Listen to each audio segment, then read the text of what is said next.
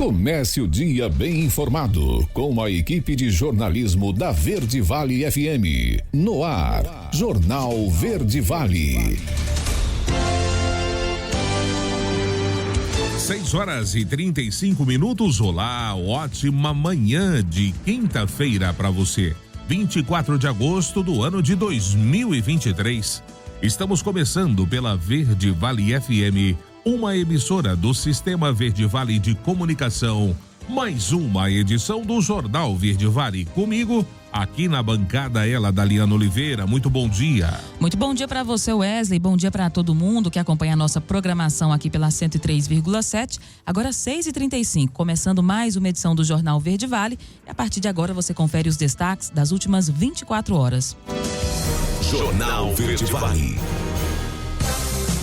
Receita Federal abre nesta quinta-feira consulta ao quarto lote de restituições do imposto de renda. Câmara aprova medida que concede aumento salarial a servidores federais. Contribuintes têm até esta sexta-feira para quitarem dívidas de ICMS, TCD e PVA. Servidores de Goiás receberam remunerações de mais de R$300 mil em julho, mais de 7 vezes que o ministro do STF. Supremo Tribunal Federal valida juiz das garantias e define prazo de 1 ano para a implantação. INSS promove mutirão de perícias médicas em 11 estados. A Assembleia Legislativa de Goiás institui frente parlamentar em defesa da cannabis medicinal. Caiado assina ordem de serviço de parceria com o Exército para a duplicação da AGO 203 entre Caldas Novas e Morrinhos. Os detalhes destas e outras notícias você vai conferir a partir de agora, aqui no Jornal Verde Vale. A notícia em primeira mão. Jornal Verde Vale.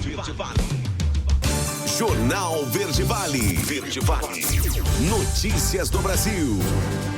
6h36.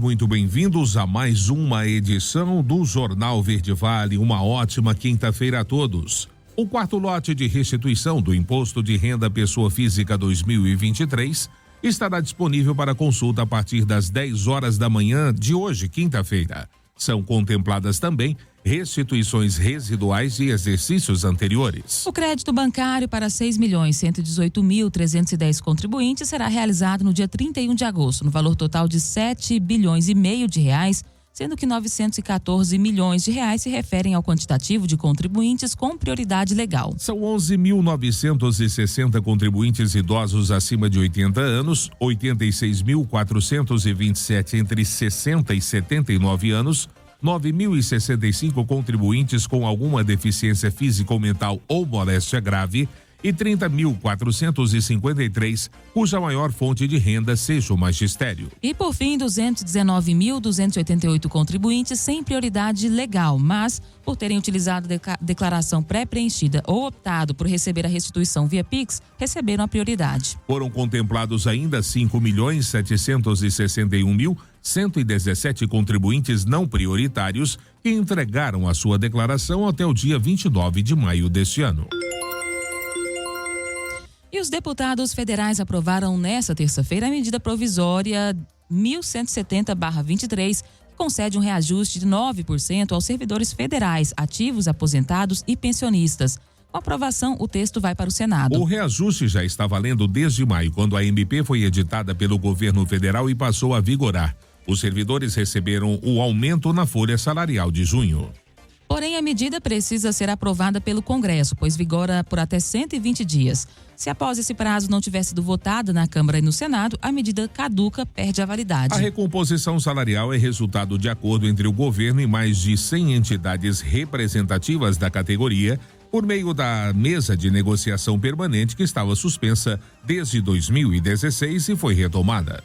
De acordo com estimativas do Executivo, o reajuste salarial vai beneficiar mais de 1.100.000 servidores federais, com desembolso de 9,62 bilhões de reais em 2023 e de 13,82 bilhões de reais a partir do ano que vem. 6h39, Agosto Lilás fomenta novas ações contra a violência à mulher. Quem traz os detalhes é a Aline Costa. 8º mês do ano, dedicado à conscientização pelo fim da violência contra a mulher por meio da campanha Agosto Lilás, busca alertar a sociedade para o tema. Na Bahia, o Ministério Público Estadual pôs em prática diversas iniciativas importantes que visam combater todo e qualquer tipo de violência de gênero. Além da criação de um espaço localizado dentro de um shopping da capital baiana, Sala Agosto Lilás, seminários, cursos, palestras e capacitações também estão sendo promovidos pelo MP. A preocupação principal é o aumento dos números de casos de mulheres que sofrem com a violência, como explica a coordenadora do Núcleo de Enfrentamento às Violências de Gênero em Defesa dos Direitos das Mulheres, o NEVID, a promotora de justiça Sara Gama. Se nós analisarmos que os dados recentes do Anuário Brasileiro de Segurança Pública trazem esse panorama de um aumento de todas as modalidades de violência contra a mulher relativas no ano de 2022, isso nos traz a preocupação de termos que atuar de uma forma mais incisiva, sobretudo na prevenção dessa violência. De acordo com o último demonstrativo divulgado pelo Observatório da Mulher contra a Violência, órgão ligado ao Senado Federal, houve uma elevação de cerca de 30% no número de mulheres que sofrem violência física. Nos casos de vítimas de violência psicológica e moral, esse percentual dá um salto para 165% e 200%, respectivamente. O número de feminicídios, que são os assassinatos de mulheres em razão do gênero, também cresceu nos últimos anos, segundo a Secretaria de Segurança Pública. Na busca de reduzir essa estatística, que abrange ainda diversas outras violências com números igualmente estarrecedores, a promotora Sara Gama enfatiza que são necessários mais trabalhos de conscientização social, tendo em vista que ainda há pessoas com dúvidas sobre como essas violências se caracterizam. Os crimes sexuais, eles são historicamente subnotificados, minimizados, trazidos à baila da mídia e da justiça, como se houvesse uma certa contribuição da vítima, digamos assim, para que eles ocorressem. E se a gente não mudar dessa mentalidade que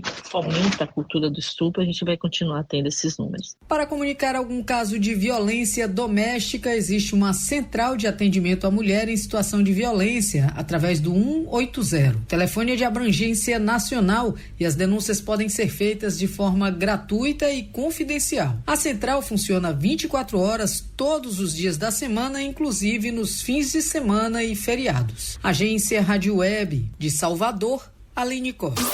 Jornal Verde Vale. Notícias de Goiás. 6h42 agora. E até sexta-feira, dia 25 de agosto, os contribuintes que optaram pelo parcelamento de dívidas de ICMS, ITCD e IPVA têm prazo para efetuar o pagamento. O calendário completo do pagamento do IPVA referente a 2023 está disponível para consulta no portal oficial da Secretaria da Economia. No total da alienação, esperados 35.200 pagamentos parcelados que alcançarão um montante de 59 milhões de reais em impostos pendentes perante a Receita Estadual. Esse grupo engloba cerca de 27.800 devedores de tributos estaduais. Os números reportados pela Superintendência de Recuperação de Crédito da Secretaria da Economia Goiana revelam a dimensão da atual carteira de crédito da pasta, totalizando 559 mil documentos correspondentes a um montante de 1,86 bilhão de reais a serem direcionados aos cofres estaduais. Os débitos que foram parcelados por meio do último programa de negociação fiscal intitulado Facilita em 2021, que concedeu descontos significativos, chegando a quase 100% em juros e multas para os devedores de impostos estaduais, totalizam atualmente 574 milhões de reais.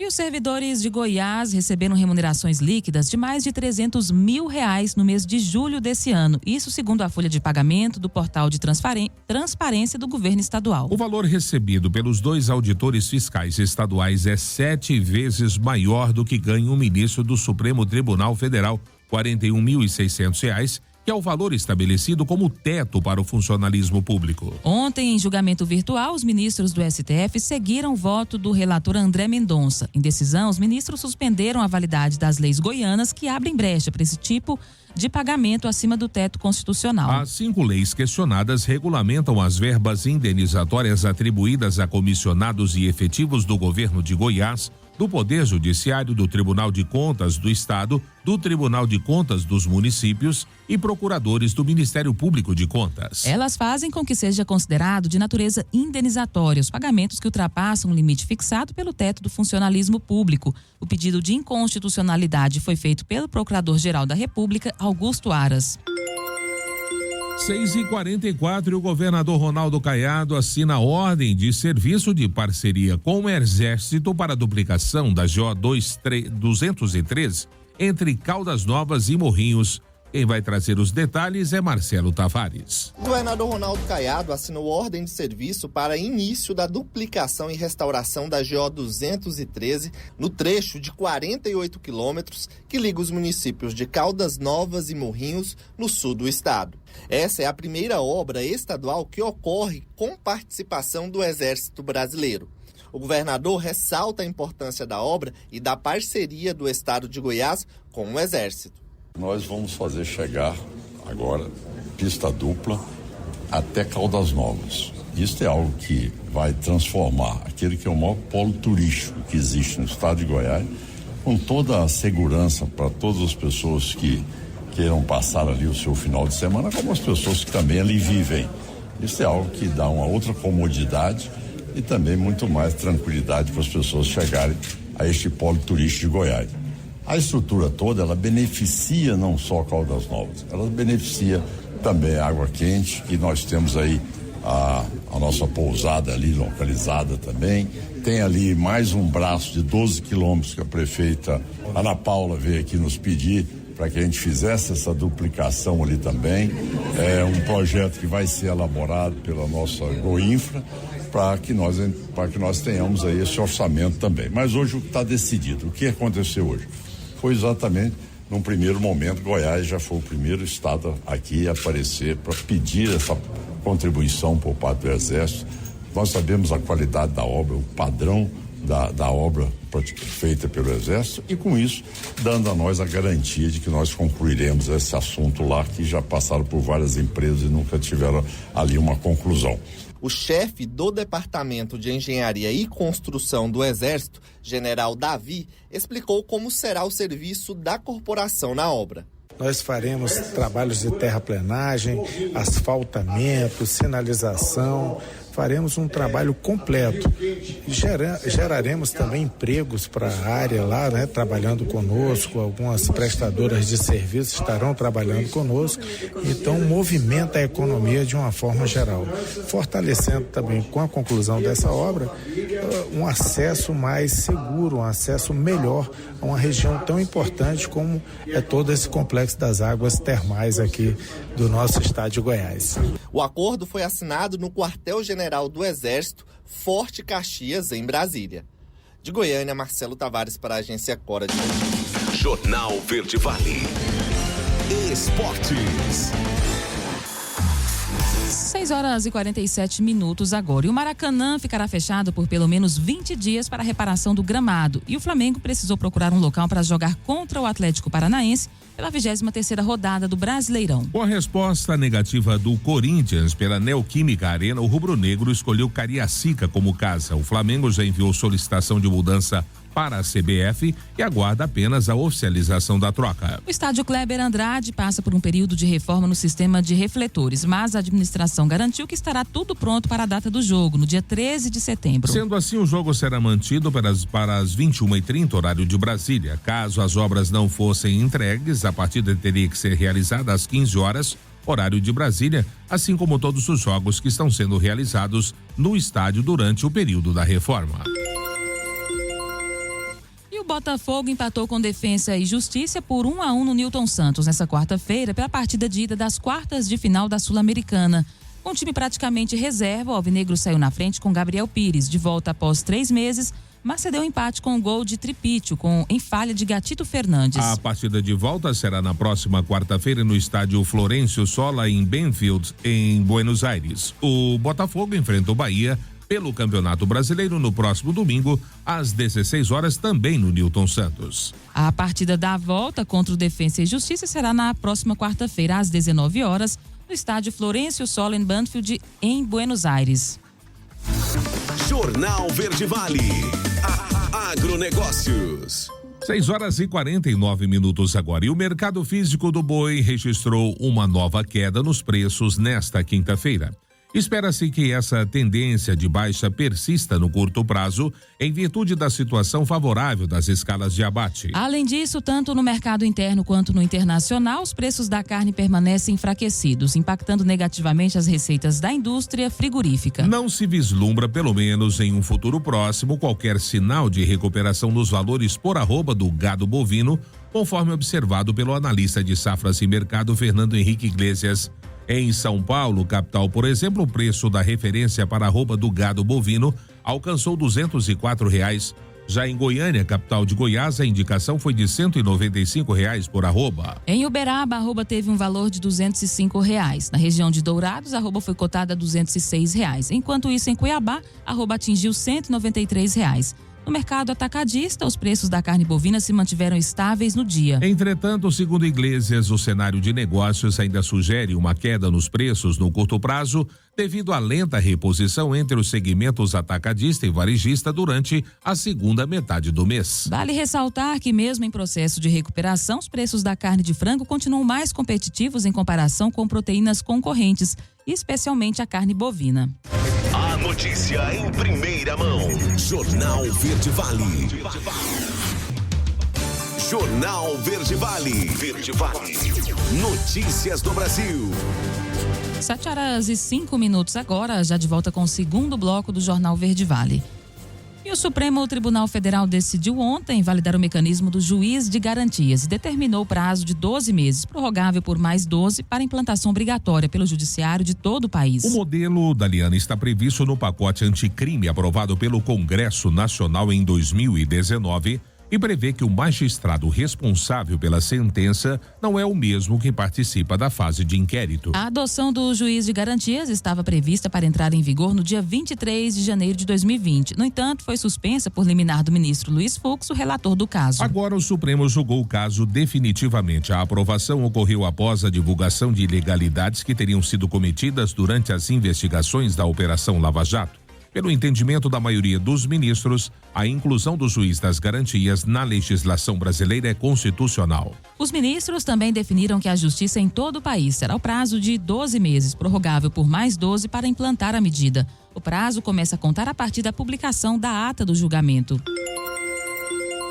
7h06. O Instituto Nacional do Seguro Social, INSS, vinculado ao Ministério da Previdência Social, vai realizar neste sábado e domingo em 11 estados o mutirão da Perícia Médica Federal. A iniciativa visa diminuir o tempo que os segurados da Previdência Social esperam pelo atendimento, além de reduzir o volume de requerimentos que dependem do serviço pericial. Durante o mutirão serão feitas perícias iniciais para concessão do benefício por incapacidade temporária, o antigo auxílio-doença, e o benefício assistencial à pessoa com deficiência, o BPC. A previsão do Ministério da Previdência Social é que sejam realizados 2.500 atendimentos por 50 peritos, servidores do INSS que aderiram ao programa de enfrentamento à fila da Previdência Social, instituído em julho. Os postos do INSS vão atender beneficiários do Instituto nos estados do Rio Grande do Sul, Paraná, Paraíba, Ceará, Pernambuco, Maranhão, Amazonas, Pará, Goiás, Minas Gerais e Rio de Janeiro. Novo programa paga bônus de produtividade a servidores do Instituto que aderiram ao programa para a redução de filas.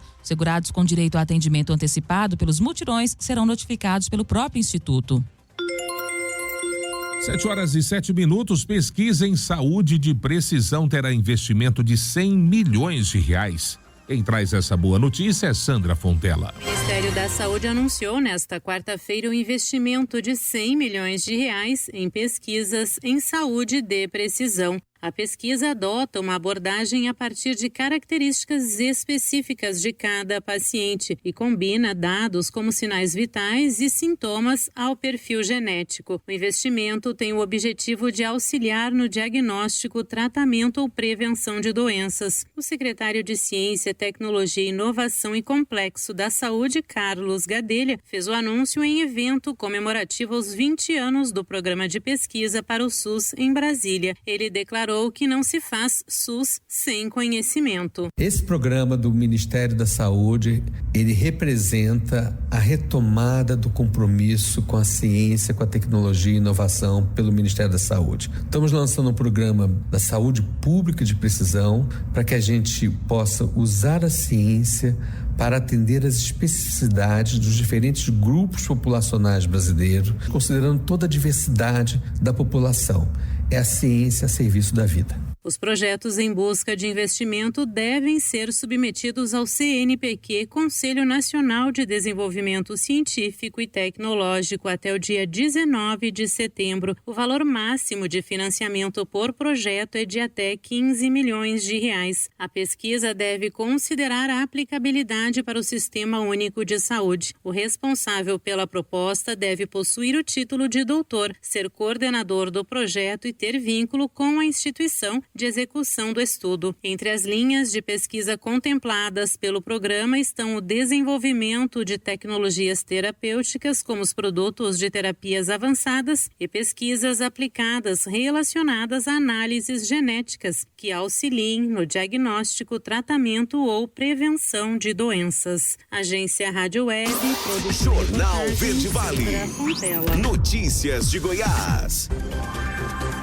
7h09 agora. E a Assembleia Legislativa do Estado de Goiás instalou nesta quarta-feira a Frente Parlamentar em Defesa da Cannabis Medicinal. O encontro reuniu parlamentares, membros de associações que lidam com tratamentos à base da planta e representantes de organizações que defendem o tema. O projeto da Lina foi apresentado pelo deputado estadual Lincoln TJ. No texto, o parlamentar justificou que a iniciativa é importante para promover debates voltados para políticas públicas para o tratamento de doenças com uso da cannabis, popularmente conhecida como a maconha. Segundo ele, a utilização como medicação tem embasamento científico, que torna o tratamento uma alternativa para pacientes.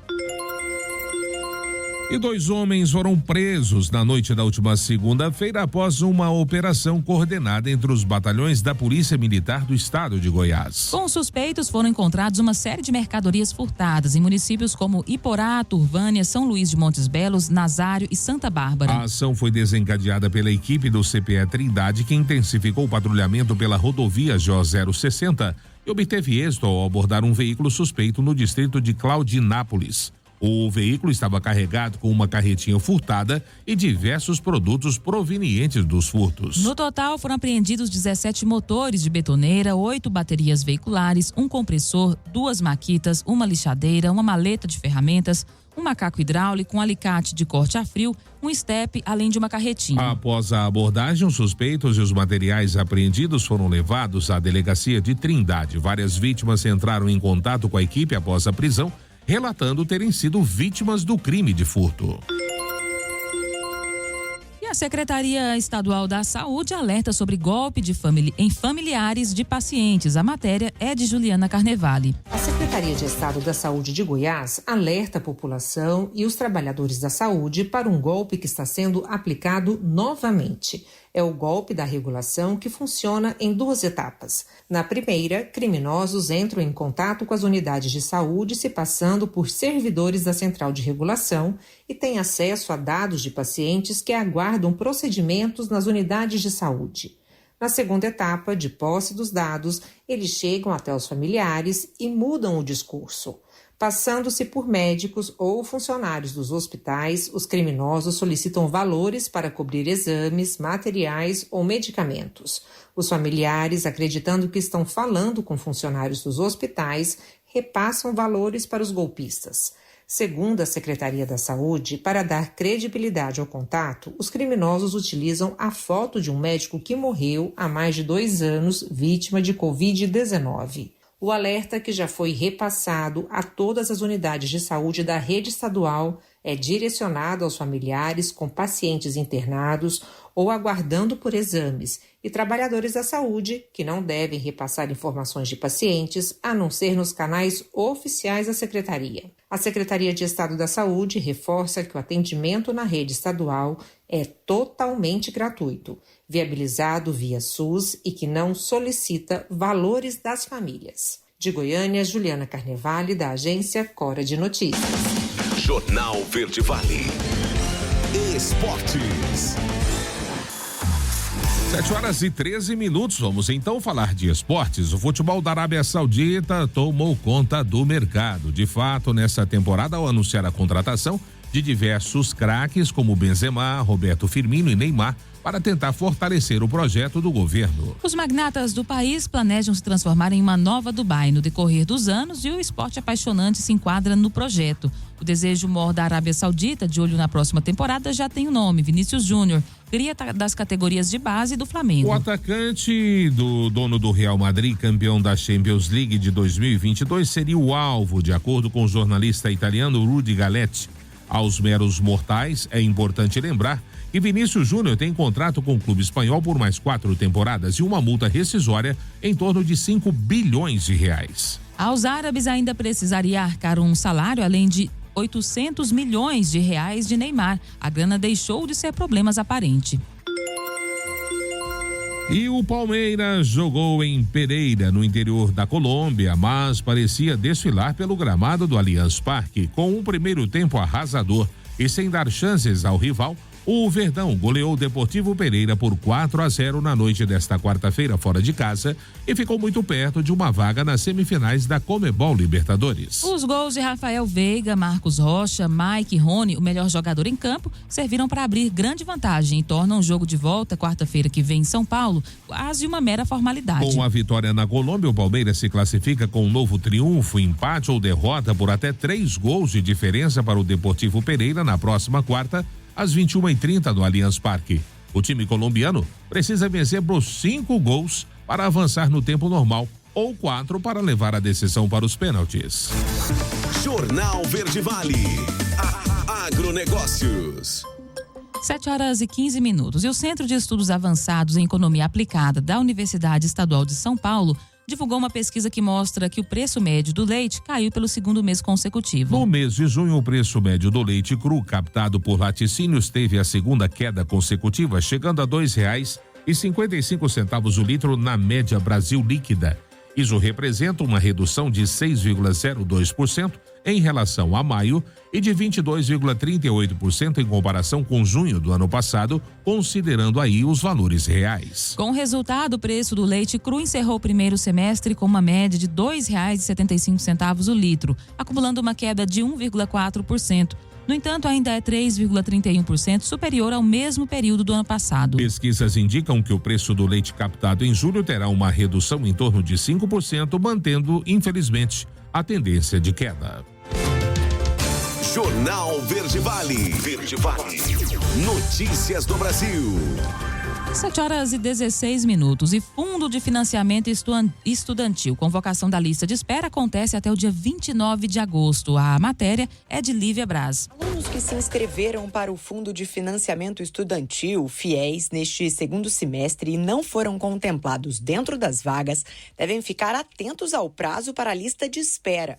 As convocações serão feitas pelo Ministério da Educação até o próximo dia 29 de agosto, com o objetivo de preencher as vagas que, eventualmente, não foram ocupadas após o resultado da seleção.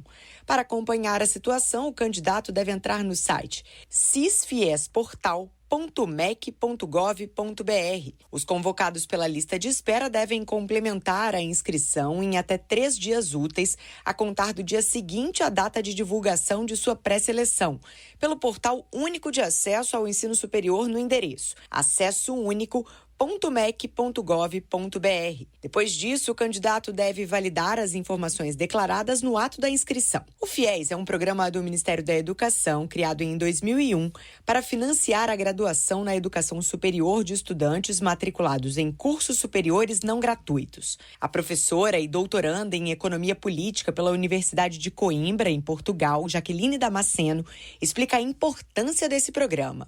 Permitir que esses indivíduos, tendo então um compromisso financeiro posterior, consigam adiantar o acesso a esse serviço e depois, colocado no mercado com a sua qualificação, com a sua formação, então pagar por esse serviço acessado. Segundo a professora, o perfil financeiro de 60% a 70% da população brasileira cobre apenas o custo básico da vida: transporte, habitação e alimentação, não sobrando dinheiro para uma poupança prévia, ou seja, essa população não consegue poupar para investir em educação. Mas o FIES funciona de maneira que alcançar essa educação se torne acessível. Então essa é a ideia, que como eu não consigo acessar pela poupança prévia, eu conseguiria fazer isso com poupança futura. Com a formação, com o aumento do investimento em capital humano que esse indivíduo obtém nos 4 anos ou 5, 6 anos que ele passa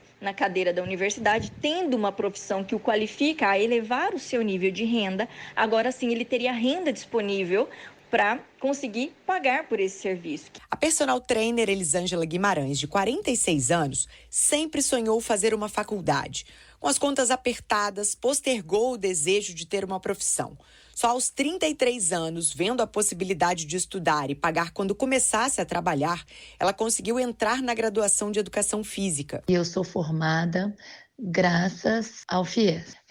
Obviamente que eu me esforcei, eu passei em primeiro lugar na faculdade, mas eu não tinha dinheiro nem para pagar os outros 50% que eu teria que pagar. E não foi nada fácil, tá? Hoje eu já acabei de pagar, graças a Deus. Podem se inscrever no FIES os estudantes matriculados em cursos superiores que tenham avaliação positiva nos processos conduzidos pelo Ministério da Educação. Os alunos inscritos até 2017 têm 18 meses após a conclusão da faculdade para começar a pagar o financiamento. Reportagem Lívia Braz.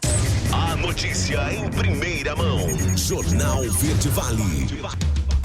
Jornal Verde Vale. Verde Vale. Notícias do Brasil. 7h27. Já voltamos com o último bloco de informações desta quinta-feira aqui do Jornal Verde Vale. O governo federal instalou na última quarta-feira em Brasília um grupo de trabalho sobre a primeira infância do Conselho de Desenvolvimento Econômico Sustentável, o Conselhão. Ele tem o objetivo de colaborar no avanço de políticas públicas transversais para essa faixa etária de 0 a 5 anos, com foco na garantia dos direitos das crianças. Alckmin, vice-presidente, participou e ressaltou a importância da inclusão do adicional de R$150 no Bolsa Família para as famílias com crianças até 6 anos. O ministro da Educação, Camilo Santana, destacou que os primeiros anos são os mais importantes das vidas das pessoas, pois representam o início da formação do cérebro, quando a criança precisa se alimentar bem e ser estimulada em diversos aspectos, como motor, cognitivo e emocional. Para ele é necessário, Daliana, envolver as famílias neste processo, além de uma ação federativa do Estado na implementação das políticas. Segundo Santana, é preciso pegar as experiências exitosas que o país já tem e colocá-las em prática de maneira conjunta. A Agência Nacional de Energia Elétrica abriu nesta quarta-feira consulta pública para discutir a redução de valores de referência das bandeiras tarifárias. Caso aprovado, a medida será possível por causa do cenário hidrológico favorável, de grande oferta de energia renovável no país e dos alívios verificados no preço dos combustíveis fósseis no mercado internacional. A consulta pública segue até o dia 6 de outubro. A proposta de redução varia conforme a faixa tarifária. Para a bandeira amarela, a queda é de quase 37%, saindo dos atuais R$ 29,89 por quilowatt-hora para R$ 18,85. Para a bandeira vermelha, patamar 1, valor diminui 31%, indo de R$ 65,00 quilowatt-hora para R$ 44,64. Já para a bandeira vermelha patamar 2, a redução é de quase 20%, saindo de R$ 97,95 para R$ 78,77. A proposta de redução anunciada pela agência também repercutirá de forma favorável sobre os reajustes tarifários ordinários, com perspectiva de queda dos componentes vinculados à operação do Sistema Interligado Nacional. E o senador Rodrigo Pacheco garante: a reforma tributária não terá discussão prolongada no Senado. E quem traz essa informação é Felipe Moura. O presidente do Senado, Rodrigo Pacheco, disse que a reforma tributária já foi muito debatida no país ao longo dos últimos anos e que, por isso, não terá discussão prolongada no Senado. A declaração ocorreu em seminário promovido pela Fundação Getúlio Vargas, a FGV, no Rio de Janeiro. A votação está prevista para outubro, mas Pacheco disse que haverá debate mais aprofundado dos senadores sobre pontos que foram incluídos de última hora no texto aprovado na Câmara. A proposta do tributo estadual é um deles. Ele também afirma que há princípios do novo sistema tributário que o Senado dificilmente deve abrir mão. A perspectiva de uma unificação tributária, de uma desburocratização, de uma simplificação é algo que nos agrada. Como nos agrada também a tributação do consumo mais no destino do que na origem. Como também nos agrada a não cumulatividade. Como também nos agrada o fim do que se apelidou guerra fiscal. Também presente no evento, o presidente da Confederação Nacional da Indústria, Robson Braga de Andrade, afirmou que a entidade ainda tem ressalvas em relação a 3 pontos do texto da reforma tributária. O primeiro ponto é o dispositivo que permite aos estados criar uma contribuição sobre bens primários e semi-elaborados. Ele também pediu ao Senado atenção para a quantidade de bens e serviços que terão tratamento diferenciado no texto final e ao imposto seletivo. Esse tributo, pela proposta aprovada na Câmara, vai incidir sobre o que for prejudicial à saúde e ao meio ambiente, o que, na visão de alguns, é subjetivo. Tem 3 pontos que nós temos preocupação. Os 3 pontos, o primeiro ponto é o artigo 19, que dá direito aos governos estaduais de criar alíquotas e taxas para cobrança. A outra preocupação que nós temos são com as isenções, porque quanto mais isenções nós tivermos, mais alto será a alíquota. E a outra são o imposto seletivo, que nós também temos que ter uma atenção. Rodrigo Pacheco disse que, por ser a casa da federação, o Senado vai priorizar ouvir as demandas de governadores e prefeitos no debate em torno da reforma tributária. Ele lembrou que no dia 29 de agosto haverá uma sessão especial no plenário do Senado com a presença dos 27 chefes de executivo estaduais. Reportagem Felipe Moura. Jornal Verde Vale. Notícias de Goiás.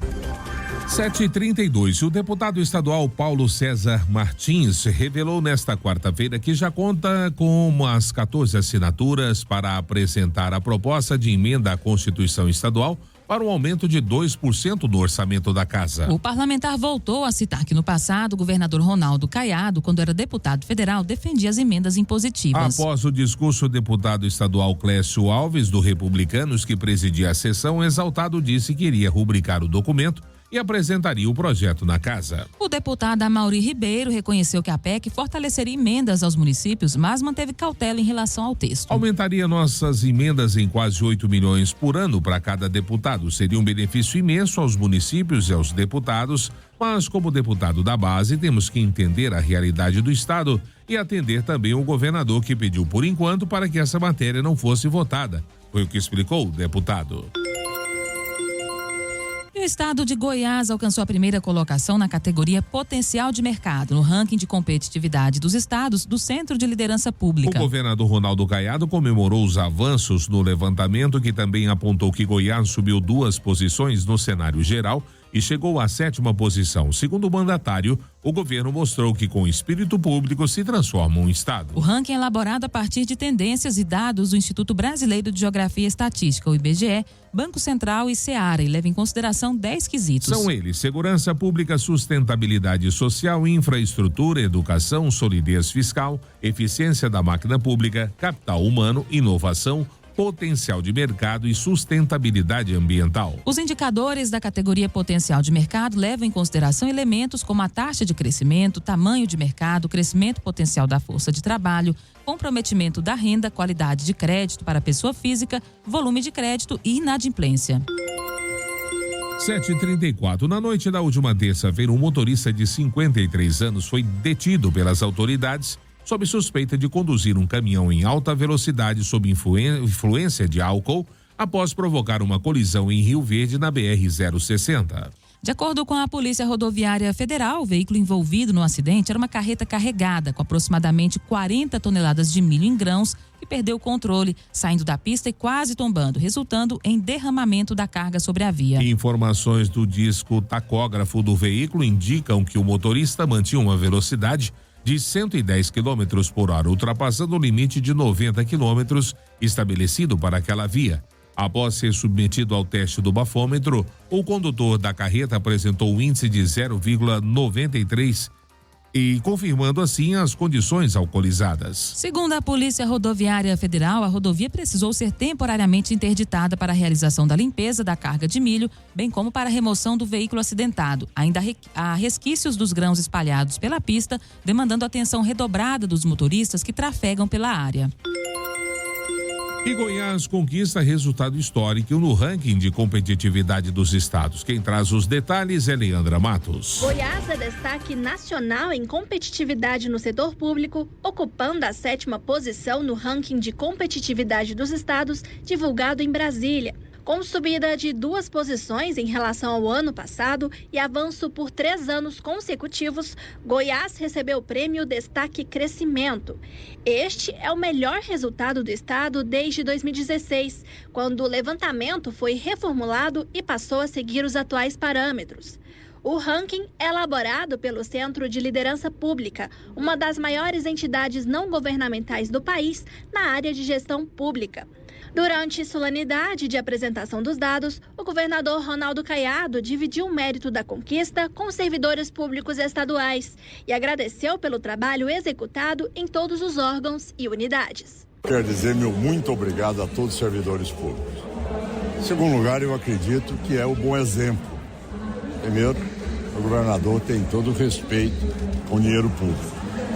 Depois, implantou políticas que realmente fez com que os nossos secretários, todos os servidores, vestissem aí esse mesmo sentimento de fazer chegar ao cidadão goiano a melhor qualidade de vida. Isto aí, dando a cada secretaria e a cada órgão do governo esse estímulo para que eles pudessem mostrar que Goiás sairia dos últimos lugares do ranking e hoje, com 4 anos, 7 meses e 23 dias de governo, Goiás chega ao topo, no primeiro lugar aqui na competição entre os estados. Então isto é um exemplo claro. Quando se governa com seriedade, os servidores acreditam.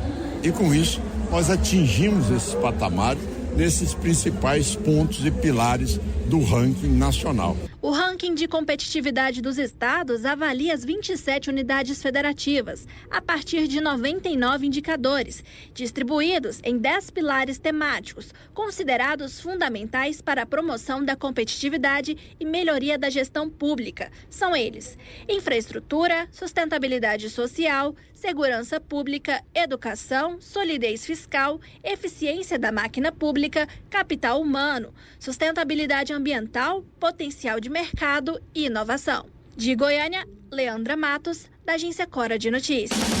Jornal Verde Vale. Esportes. 7h38 agora. E um reencontro com gosto amargo para o Fluminense. Essa é a história do duelo com o Olímpia do Paraguai, que acontece nesta quinta-feira às 9h30 de Brasília, no Maracanã, no Rio de Janeiro, pela rodada de ida das quartas de final da Libertadores. Na edição deste ano, Daliano, o Fluminense conseguiu passar das oitavas de final ao despachar o Argentinos Júnior com um triunfo por 2-0 em casa, após um empate por 1-1 na Argentina. Já o Olímpia surpreendeu ao tirar o Flamengo. O time paraguaio perdeu por 1-0 no Maracanã, mas fez 3-1 no Defensores del Chaco. Fernando Diniz, treinador do Fluminense, passou para os jogadores a importância de tomar cuidado com os pontos fortes do rival. O Olímpia perdeu apenas uma partida nessa edição do campeonato, marcou 16 gols e sofreu apenas 6. Em 2023, a seleção brasileira fará 6 jogos pelas eliminatórias da Copa do Mundo de 2026. Na tarde desta quarta-feira, a Conmebol, entidade sul-americana, confirmou data, horário e local dos jogos da 3ª e 4ª rodadas. As 2 primeiras partidas, que serão marcadas pelo início da trajetória de Fernando Diniz como técnico da seleção pentacampeã, estão marcadas para os dias 8 e 12 de setembro. Os próximos 2 confrontos foram confirmados para os dias 12 e 17 de outubro, contra a Venezuela e Uruguai, respectivamente. A seleção brasileira vai abrir as eliminatórias jogando em Belém, no Pará, e vai seguir para o Peru, mantendo a alternância. No dia 8, é a vez de Cuiabá receber os jogadores de Diniz. A 4ª rodada será em Montevidéu, no Uruguai. Jornal Verde Vale. Agronegócios. 7h40. E o mercado brasileiro do milho permaneceu estável hoje, com preços baixos. Os consumidores estão adotando uma abordagem cautelosa nas negociações, buscando valores mais reduzidos. Eles estão ainda avaliando suas reservas e considerando a contínua colheita da safrinha em andamento em diversos estados. A paridade de exportação não teve avanços significativos nesta quarta-feira, uma vez que a valorização do real frente ao dólar neutralizou o aumento observado na Bolsa de Chicago.